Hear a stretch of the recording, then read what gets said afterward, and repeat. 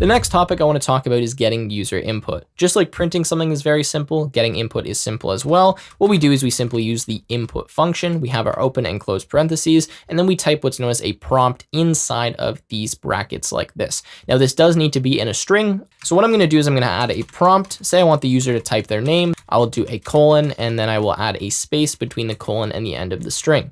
The reason for this is that the user will be able to start typing on this line right after the prompt. We can say name, colon, space. How do we store what the user typed in so we can use it later? Well, we need to assign this input to a variable.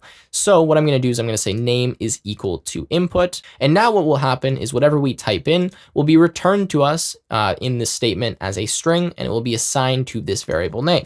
So if I go ahead and print the value of name, what's going to happen is whatever we type in here will be printed out. Now we of course can get multiple user input. So I can say something like age equals input age colon, and now let's see what happens when I run this. So we go name, Tim, age 20. Let's say hello, and then let's go comma name, and then you are comma age years old. So this is a way that we can combine variables and strings so that we print out a meaningful response that says hello, whatever the name is, you are, whatever the age is, years old.